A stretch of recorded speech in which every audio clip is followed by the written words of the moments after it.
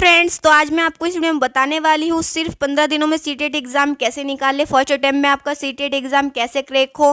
क्योंकि गाइज अगस्त स्टार्ट हो चुका है, 20 अगस्त को आपका एग्ज़ाम है। तो ऐसा क्या करें कि जो फर्स्ट टाइम में आपका एग्जाम क्रैक हो जाए। तो अगर आप मेरे चैनल पर नए हैं, मेरे चैनल को सब्सक्राइब जरूर कर लें और वीडियो पर लास्ट तक ज़रूर बने रहें, क्योंकि मैं आपको बहुत ही इंपॉर्टेंट चीज़ बताने वाली हूँ जो आपके एग्ज़ाम के लिए बहुत ही ज़रूरी है। सबसे पहले जो भी आपने कंटेंट पढ़ा है उसको अच्छे से रिवीजन कर लें, जितना भी पढ़ा है उससे आगे का और याद ना करें, क्योंकि जो आपने याद किया है कंटेंट, जितनी तैयारी की है, अगर आप आगे करने बैठ जाएंगे, बहुत कम दिन रह गए तो आप पीछे का ही भूल जाएंगे। तो जितना किया है उसकी सिर्फ और सिर्फ रिवीजन करें। उसके बाद आते हैं कुछ पॉजिटिव टैग होंगे, निगेटिव टैग भी होंगे, उन सबको अच्छे से याद करें और अपना प्रैक्टिस सेट ज़रूर लगाएं। प्रैक्टिस सेट से आपको पता लगेगा कि आपकी कितनी तैयारी है। तो गाइज देखिए, जो कुछ पॉइंट हैं जो पॉजिटिव टैग हैं वो मैं आपको इस वीडियो में बताने वाली हूँ। देखिए, पॉजिटिव पॉइंट्स है जो आपके अगर एक क्वेश्चन में ऑप्शन में मिल जाए तो आपको वहाँ पर टिक कर देना है। ठीक है, चलिए स्टार्ट करते हैं। जो आपके पॉजिटिव पॉइंट हैं वो हैं, सबसे पहले चर्चा अवसर। चर्चा अवसर, आपको बच्चों को चर्चा के अवसर देने हैं। उसके बाद है प्रोत्साहन, बच्चों को मोटिवेट करना है। उसके बाद आता है कारण का पता लगाना। बच्चा अगर कुछ गलती कर रहा है क्लास में तो आपको उसके कारण का पता लगाना है। अगर बच्चा शरारत कर रहा है तो उसमें बच्चे की गलती नहीं होगी, उसमें ऑप्शन दिया जाएगा कि कारण का पता लगाया जाए, पेरेंट्स को सूचित किया जाए, उनके पेरेंट्स को बुलाया जाए। तो ऐसा कुछ नहीं करना, सिर्फ आपको कारण का पता लगाना है। उसके बाद आता है सृजनात्मक, क्लास को सृजनात्मक बनाए रखना है। फिफ्थ आता है आपका गतिविधि अर्थपूर्ण अधिगम। उसके बाद आता है जिज्ञासा उसके बाद आता है बाल केंद्रित, हस्तपरक गतिविधि त्रुटियां अधिगम का हिस्सा होती हैं।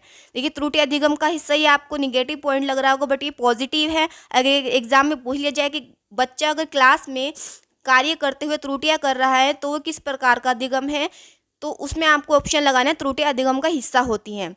ठीक है, तो इसके बाद शुरू होते हैं निगेटिव पॉइंट्स। देखिए, कुछ निगेटिव पॉइंट्स भी हैं जो एग्जाम में अगर आंसर आपको क्वेश्चन में पूछा जा रहा है, कुछ उसमें आंसर दिए हुए हैं, ऑप्शन दिए हुए हैं, तो जिनसे आपको बचना है वो आंसर बिल्कुल भी नहीं लगाना है।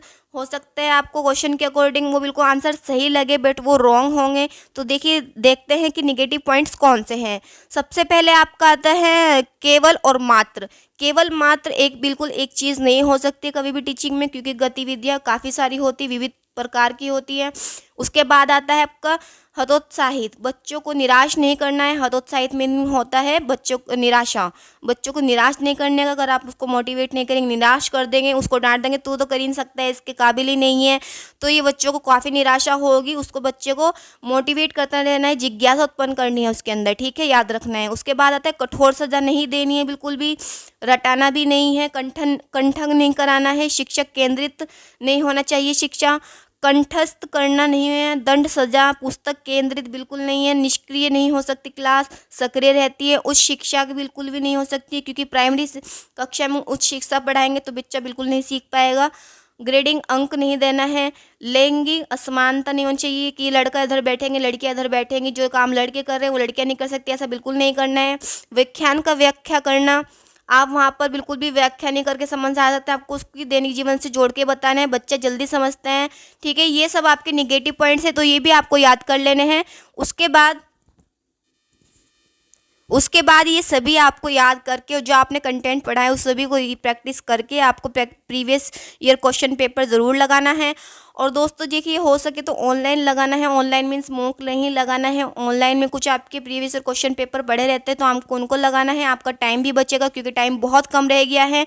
और आपके लिए गुड न्यूज़ है, क्योंकि जो आपके एग्ज़ाम सिटी सेंटर आ चुके हैं, तो आप अपने ऑफिशियल सीटेट की ऑफिशियल वेबसाइट पे जाके आप उसमें अपना जो एग्ज़ाम सिटी सेंटर है वो चेक कर सकते हैं, क्योंकि जो एग्ज़ाम सिटी सेंटर है वो आपके आसपास के मतलब सिटी सेंटर दिया गया है। जो आपने एग्ज़ाम फॉर्म में फिल किया था उसको कैंसिल कर दिया, क्योंकि आपका एग्ज़ाम ऑफलाइन मोड पर है।